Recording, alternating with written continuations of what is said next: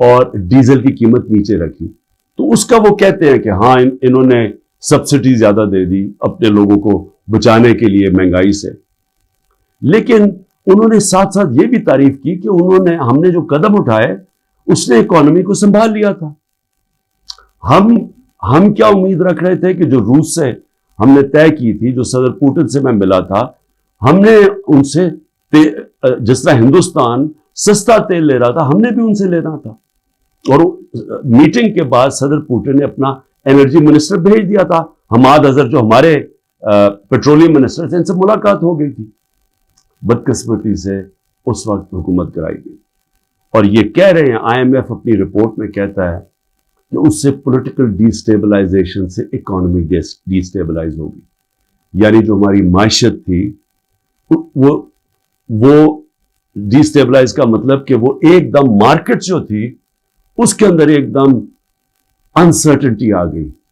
جب مارکیٹ کی انسرٹنٹی کا مطلب کہ جب جو ٹریڈرز ہوتے ہیں، جو مارکیٹ ہوتی ہے، اس کو جب یقین نہیں ہوتا کہ اب کیا ہوگا، تو یہی میں نے جنرل باجوہ کو میں نے بھی بتایا اور شوکت ترین فائنانس منسٹر کو بھیجا، ان کو بھی کہا کہ ان کو بتاؤ کہ اس وقت نہ ڈی اسٹیبلائز کرنا، ان سے سنبھالی نہیں جائے گی۔ اور وہی آئی ایم ایف لگتا ہے کہ ان سے سنبھالی نہیں گئی، ان کو سٹیپس نہیں تھے، انہوں نے غلط پالیسیز بنائی، ان کی پالیسی سے اور زیادہ معاشی حالات بگڑتے گئے۔ اور وہی آئی ایم ایف لکھتا ہے کہ پاکستان کے لیے پچھلے 14 مہینے بڑے تکلیف دہ گزرے۔ تو یہ تو میں کہہ رہا تھا تب سے، اور یہ میں بڑی دیر سے لگا ہوا تھا کہنے کہ یہ جو بھی یہ رجیم چینج کیا، جو سازش کی گئی، اس کی قیمت پاکستانی قوم نے اٹھائی۔ تکلیف تو اب لوگوں کو ہو رہی ہے۔ جب ہمیں انہوں نے ہٹایا تھا تو مہنگائی 12.4% تھی، جس کے اوپر شور مچ گیا، مہنگائی مارچ ہو گئی، ہر قسم کا میڈیا کے اوپر شور، پبلک میں وہ میڈیا والے جو باقاعدہ عوام میں نکلتے تھے، جی چیزیں بڑی مہنگی ہو گئی، دنیا میں چیزیں مہنگی ہو گئی تھیں، انٹرنیشنل کموڈٹی سپر سائیکل تھا، دنیا میں انرجی کی قیمتیں اوپر چلے گئی، مہنگائی دنیا میں آ گئی۔ 1970 کے بعد دنیا میں سب سے زیادہ مہنگائی آئی کرونا کی وجہ سے، اس کے باوجود 12.4% پہ ہماری مہنگائی تھی، اور پچھلے مہینے 38% پہ پہنچ گئی تھی مہنگائی، اب تھوڑی کم ہوئی ہے۔ اور مہنگائی کم ہونی چاہیے اس لیے کہ دنیا میں تیل کی قیمت اور انرجی کی قیمت نیچے آ گئی ہے، کموڈٹیز دنیا کے اندر 35% ان کی قیمت نیچے آ چکی ہے جب ہماری حکومت تھی۔ تو سوال اب یہ ہے کہ کیا کوئی ایسی انکوائری ہوگی اس ملک میں کہ یہ سائفر کا جو ایک سائفر کے ارد گرد جو سازش تھی، پتہ تو چلے، مجھے تو پتہ ہے کون اس میں تھے، لیکن انڈیپینڈنٹ انکوائری ہونی چاہیے، اور اس انکوائری میں پتہ چلے کہ کون کون کردار تھے جنہوں نے اس قوم کے اوپر اتنا بڑا عذاب لے کے آئے ہیں، اور اب مزید آگے اس عذاب سے نکلنے کے لیے اور کتنی تکلیف اٹھانی پڑے گی اس قوم کو۔ اور اس کے لیے میں پھر سے کوشش تو کرتا ہوں کہ ہمارے چیف جسٹس صاحب کو اس کے اوپر سوچنا چاہیے کہ وہی ایک انکوائری کر سکتے ہیں، کیونکہ یہ حکومت تو کرنے نہیں دے گی، اور نہ ہی مجھے افسوس سے کہنا پڑتا کہ ہماری اسٹیبلشمنٹ یہ کرنے دے گی، کیونکہ اس کے اندر ملوث ہیں جو جنرل باجوہ، اور انہوں نے جو جس طرح یہ پوری 6 مہینے پہلے سے جو پلان بن رہا تھا گرانے کا، اب تو خیر خواجہ آصف کہہ رہے ہیں کہ 2021 سے ہی پلان بنایا ہوا تھا جنرل باجوہ نے ہماری حکومت گرانے کا، تو لیکن اب ذرا ان سے بھی سوال پوچھنا چاہیے کہ آپ نے ہمیں جب گرا کے ان کو لے کے آئے جن لوگوں کو، تو کیا آپ کو اعتماد تھا کہ یہ اس ملک کو اٹھا لیں گے؟ 30 سال سے جو حکومت کر رہے تھے، اور ان کے دور میں کوئی مجھے سنہری دور بتا دے کہ جب انہوں نے کوئی معیشت میں بڑی ترقی کروائی ہو، کوئی مجھے پتہ چل جائے کہ انہوں نے کون سا وہ کیا 99 میں جب چھوڑ کے گئے تھے نون لیگ، تو ذرا بتائیں کہ کیا وہ معیشت کے حالات آپ کو پتہ تھے؟ یہ ساکھدار تھے، وہ بینکرپٹ کر کے چھوڑ کے گئے تھے، اور پھر اب یہ آئی ایم ایف کہہ رہا ہے کہ جو 2018 میں یہ چھوڑ کے گئے تھے پاکستان، وہ خود کہہ رہے ہیں کہ وہ تحریک انصاف نے بڑے زبردست مشکل فیصلے کر کے ملک کو اس سے نکالا، تو کیا کوئی ذمہ داری اٹھائے گا اس کی کہ جب اتنی بڑی طاقت ہو جاتی ہے کسی کے پاس تو کیا اس کو پھر ذمہ داری نہیں لینی چاہیے جبکہ وہ طاقت کا غلط استعمال کرتا ہے؟ اور یہ ہی انکوائری میں چیزیں آنی چاہیے. کیوں؟ کہ آگے سے ایسی غلطیاں نہ ہوں کہ آگے سے کوئی ایک آدمی خود ہی فیصلہ بند کمرے میں فیصلے کر کے ملک کو اس طرح مشکلات میں نہ ڈالے. اب میں جو دوسری چیز کہنا چاہتا تھا وہ یہ کہ اس وقت ایک ظلم کی انتہا، ایک ظلم کا ایسا نظام چل رہا ہے جس کی میں سمجھتا ہوں انتہا ہے. سب سے پہلے تو میں جو خواتین اس وقت جیلوں میں ہیں، میں سوال پوچھنا چاہتا ہوں کہ انہوں نے کون سا جرم کیا؟ کیا پاکستان کا آئین پرامن احتجاج کی اجازت نہیں دیتا؟ کہیں آئین میں لکھا ہوا ہے کوئی نو گو ایریاز ہے؟ کہیں پاکستان کے آئین میں لکھا ہوا ہے کہ اگر کسی سے کوئی سمجھے کہ ناانصافی ہوئی ہے ان سے تو کیا وہ کوئی ایسی ایریاز ہے جدھر وہ احتجاج نہیں کر سکتے؟ جب سپریم کورٹ کہتا ہے کہ پارٹی کے چیئرمین عمران خان کو غیر آئینی اور غیر قانونی طور پہ اغوا کیا گیا اسلام آباد ہائی کورٹ سے، اور جس طرح اس کو مجرموں کی طرح ڈنڈے مار کے لوگوں کو، اس کے بھی اور لوگوں کو، وکیلوں کو، جس طرح اس کو پکڑ کے لے کے گیا تاکہ ساری دنیا دیکھے کہ کس طرح ایک پارٹی کے سربراہ کو کس طرح کا یعنی اس کے ساتھ رویہ تھا، تو کیا اس کا اجازت نہیں تھی کہ پرامن احتجاج اس ناانصافی کے اوپر کرے؟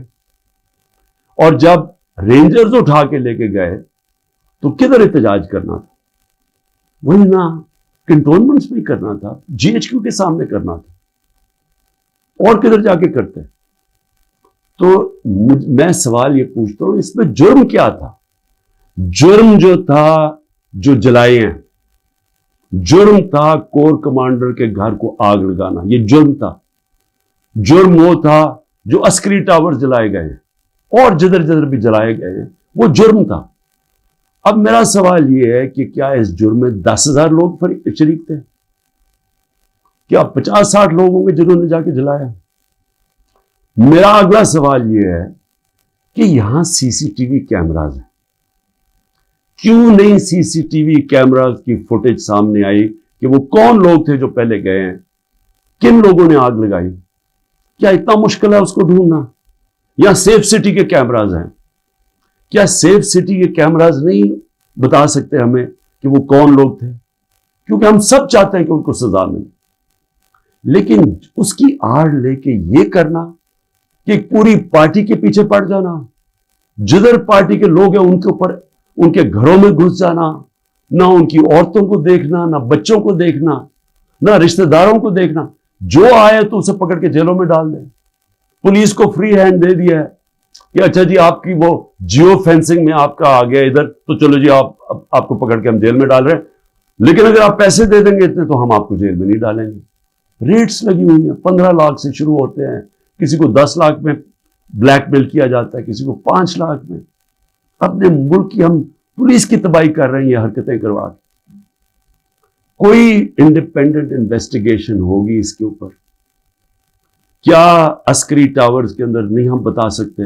ایک انڈیپینڈنٹ صحافی کی پوری سٹیٹمنٹ آئی ہوئی ہے کہ وہاں کیا ہوا، اس میں پی ٹی آئی والے نہیں تھے عسکری ٹاور.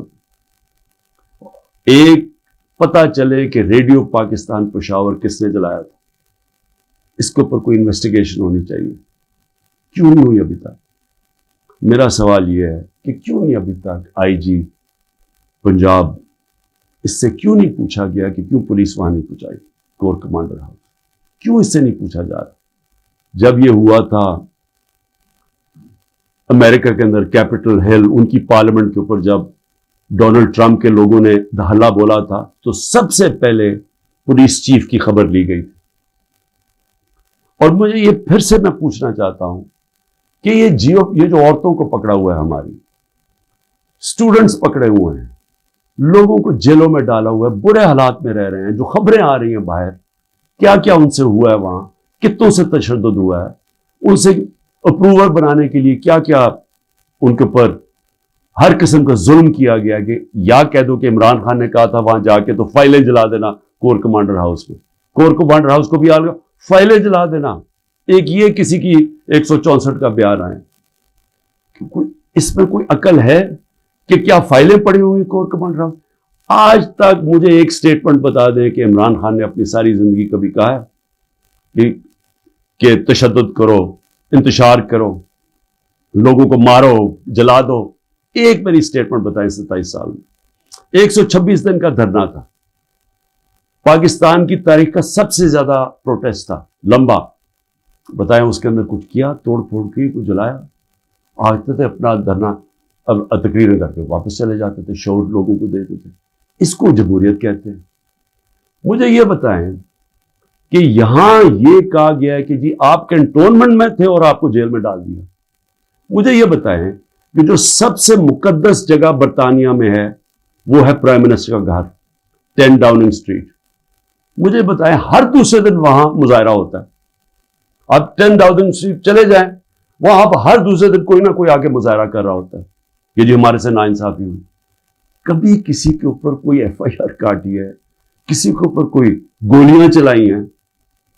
میں یہ سوال پوچھتا ہوں کہ یہاں 16 لوگ شہید کیے گئے ڈائریکٹ فائرنگ سے, 100 سے اوپر کو گولیاں لگی, 3 کی ٹانگیں کٹ گئی. میں یہ پوچھنا چاہتا ہوں کہ جو اور ایک پیرالائز ہے, کبھی کسی جمہوریت کے اندر اس طرح گولیاں ماری جاتی ہیں اور انکوائری بھی نہیں ہے. انکوائری سے پولیس ان کے گھروں میں پہنچ جاتی ہے.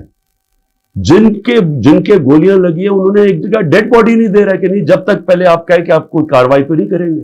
ان سے ایشورٹی لیتے ہیں کہ آپ نے FIR نہیں کٹوانی. کیوں سیدھی FIR کٹتی ہے IGs کے اوپر؟ یہ کیسے آپ نے گولیاں چلا دی 69 لوگوں کے اوپر, ایک پولیس والے کو گولی نہیں لگی, ایک رینجر, مطلب کہ یہاں سے تو کسی کے پاس ہتھیار نہیں تھے, تو آپ 69 لوگوں پہ گولیاں کیسے چلا سکتے ہیں؟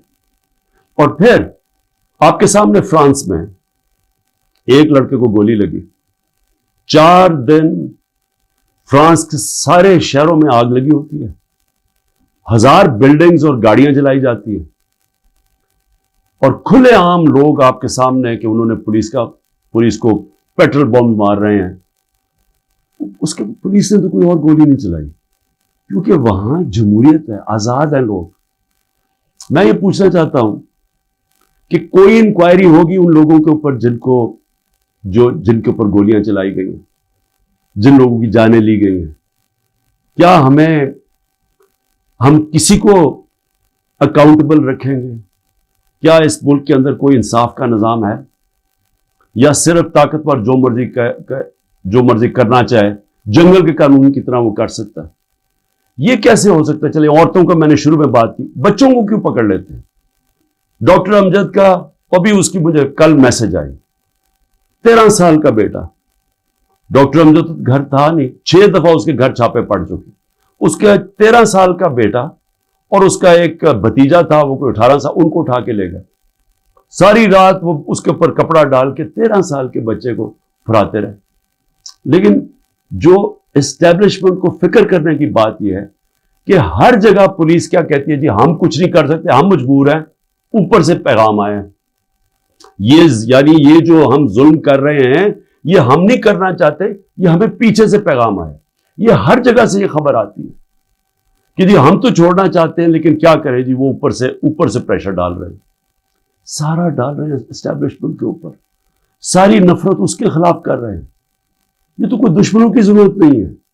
یہ جو سارا ظلم کیا جا رہا ہے یہ اب پولیس اپنے اوپر سے اتار رہی ہے.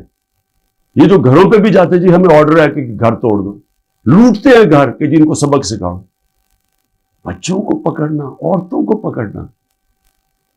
اور یہ حال ہے کہ زمان پاک میں اب یہ حال ہے. ذرا میں آخری بات کر رہا ہوں. زمان پاک میں کیا ہوتا ہے, یا ایک نائی آتا ہے ہر تھوڑی دیر کے بعد, گارڈز بھی ہیں یا کام کرنے والے ہیں, وہ ایک دفعہ آتا ہے ان سب کے بال کاٹ دیتا ہے.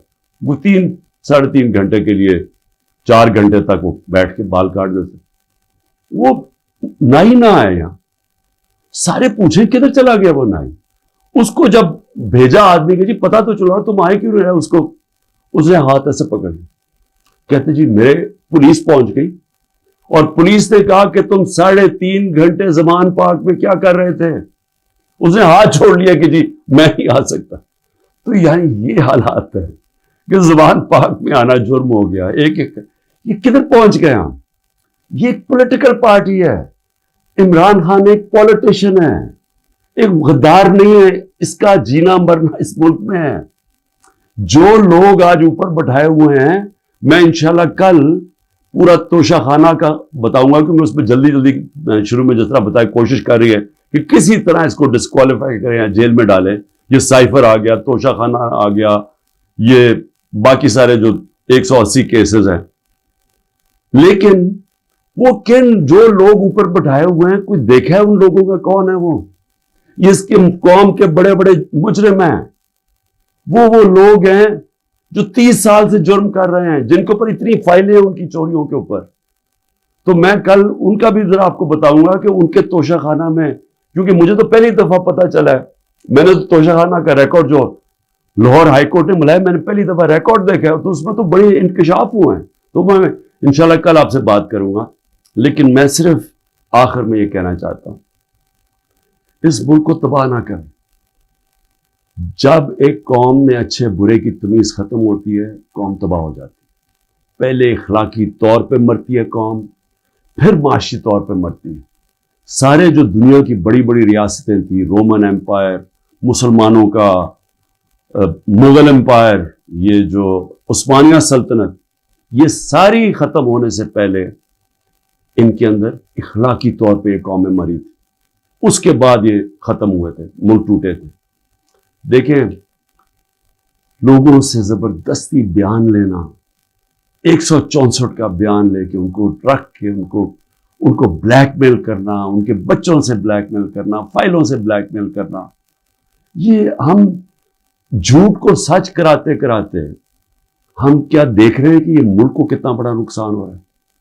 اور مجھے صرف یہ فکر پڑی ہوئی, سب چیز کے لیے میں تیار ہوں. میں بار بار, مجھے پتا ہے کہ انہوں نے پوری کوشش کرنی ہے کہ کیئر ٹیکر آنے سے پہلے اس کو جیل میں ڈالیں, میں اس کے لیے تیار ہوں. لیکن کیا ملک کا ہم سوچ رہے ہیں؟ وہ نہیں سوچ رہے جن کے سارے ڈالرز باہر پڑے ہوئے ہیں. سوچ ہمیں, ہماری طرح کے لوگوں کو سوچنا چاہیے جن کا جینا مرنا پاکستان میں.